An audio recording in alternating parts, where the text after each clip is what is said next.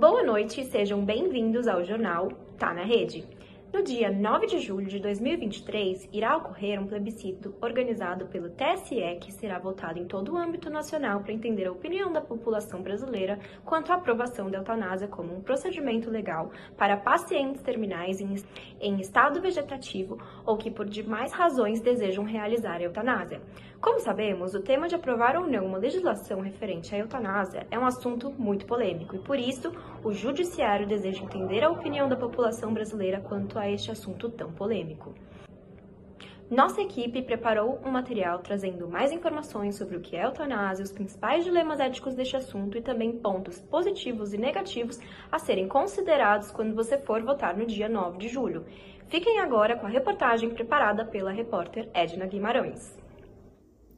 A eutanásia é definida como a conduta pela qual se traz a um paciente em estado terminal ou portador de enfermidade incurável que esteja em sofrimento constante, uma morte rápida e sem dor. É prevista em lei no Brasil como crime de homicídio. Há dois tipos de processos de eutanásia. A eutanásia passiva, que ocorre quando o doente morre por falta de recursos, seja medicamentos, profissionais ou alimentos, e a eutanásia ativa, que é a indução do processo de morte no doente por meio de injeções letais, desligamento de aparelhos, entre outros. Atualmente, a morte assistida é permitida em 4 países da Europa Ocidental: Holanda, Bélgica, Luxemburgo e Suíça. Em 2 países norte-americanos, Canadá e Estados Unidos, nos estados de Oregon, Washington, Montana, Vermont e Califórnia. E na Colômbia, único representante da América do Sul. Mas e quanto ao consentimento do enfermo? A eutanásia pode ser classificada em não voluntária e voluntária. A primeira acontece sem que se conheça a vontade do paciente e a segunda em resposta à vontade expressa do doente. Os dados mais completos conhecidos até hoje, no caso sobre o suicídio assistido, reportam-se ao estado norte-americano do Oregon. 51,4% eram homens com uma idade média de 71 anos. Cerca de 94% deles morreram em casa. As duas razões que mais levaram os pacientes a escolher por eutanásia foram 91,6% a perda da autonomia, seguida de 89,7% da perda de qualidade de vida. A doença que mais levou os residentes no estado do Oregon a pedir suicídio assistido foi o cancro. 77,1% dos que tomaram medicamento letal sofria dessa doença. Agora iremos listar pontos positivos e negativos referentes à aprovação da eutanásia. Pontos positivos. 1. Autonomia do paciente. A eutanásia pode permitir que pacientes terminais ou em estado vegetativo persistente tenham controle sobre seu próprio destino e possam escolher acabar com seu sofrimento de maneira digna e com assistência médica adequada. Número 2. Alívio do sofrimento. A eutanásia pode aliviar o sofrimento físico e emocional do paciente que sofrem de condições terminais ou incapacitantes, permitindo que eles morram com dignidade e sem dor prolongada. Número 3. Maior acesso aos cuidados paliativos. A legalização da eutanásia pode aumentar a conscientização sobre os cuidados paliativos e incentivar a melhoria da qualidade desses cuidados. Agora, pontos negativos. 1. Violação do valor fundamental da vida. A eutanásia é vista por muitos como uma violação do valor fundamental da vida e que a vida deve ser preservada a todo custo, mesmo que o paciente esteja sofrendo. Número 2. Riscos de abuso e pressão social. Há preocupações de que a legalização da eutanásia possa levar a casos de abuso e pressão social para que pacientes tomem a decisão de acabar com suas vidas.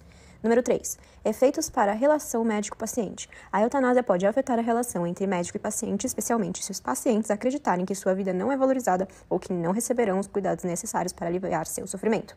4. Conflito de interesses financeiros. Há preocupações de que a legalização da eutanásia possa levar a decisões baseadas em considerações financeiras ao invés de valores éticos, já que pode ser menos dispendicioso para o sistema de saúde permitir a eutanásia do que fornecer cuidados prolongados aos pacientes. A eutanásia e seu conflito com o princípio da dignidade humana. Relações entre a bioética e o biodireito. A eutanásia é um tema muito controverso na área da bioética. Por um lado, algumas correntes defendem que a eutanásia pode ser uma opção para preservar a dignidade do paciente, aliviar seu sofrimento físico e psicológico, bem como liberar os recursos médicos que são utilizados para prolongar a vida do paciente sem perspectivas de cura ou melhoria do quadro.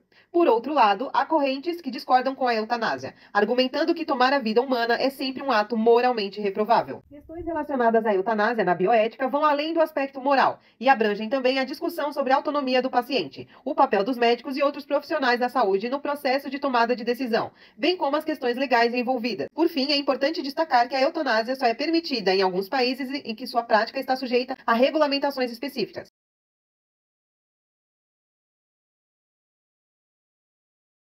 Produit dans la veine du patient. Et en moins d'une minute, il nous quitte, il s'endort et puis il décède. Sans aucune souffrance et aucune douleur. Je viendrai vous dire bonjour, voir changer d'avis pendant la nuit. Je ne sais pas. Non, ça n'écrit pas. Ça m'étonnerait. Et le professeur viendra vous dire bonjour et puis on ira préparer les produits qui vont vous endormir. Voilà, c'est fini pour vous. Pas de problème. Vous ne pouvez pas imaginer le souverain.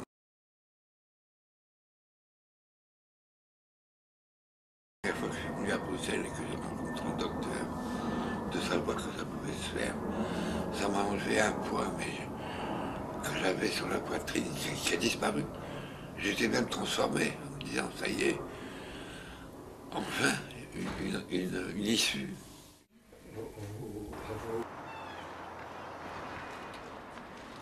Voilà, Michel est parti avec beaucoup d'émotion, mais ça s'est très bien passé en douceur.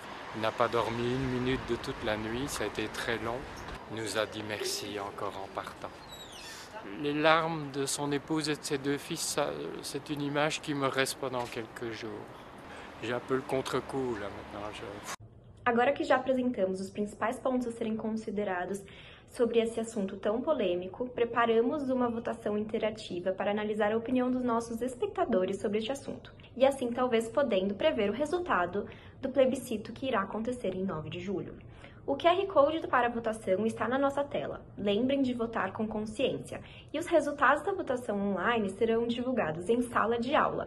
Boa noite e fiquem com a próxima reportagem.